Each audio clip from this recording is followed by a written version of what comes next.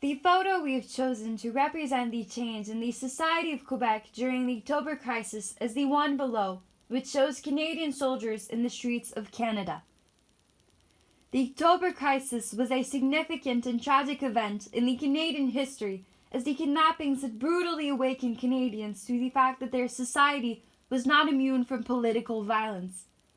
The FLQ had vowed to use any means necessary to obtain what they wanted, including violence, and carried out almost 200 crimes, including robberies and bombings, murders, and the kidnapping of a British diplomat and Quebec minister. In this era, hijackings became more pervasive and political violence gained greater visibility as incidents of terrorism appeared frequently in newspapers and on television. Authorities also had to deal with a rising of disorder from radical calls to liberate the province. In response, the Prime Minister Pierre Trudeau invoked the War Measures Act.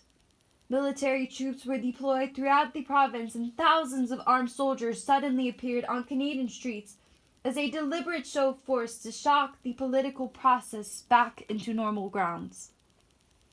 Most of the troops involved were sent in small squads to provide day and night guards for members of the provincial parliament, Canadian civil dignitaries, members of foreign missions in the Montreal area, and vulnerable economic sites such as the Hydro-Quebec power line traversing the St. Lawrence River. The October crisis became a nightmare for the Society of Quebec, and this event was considered the most serious terrorism attack on Canadian soil in the country's history.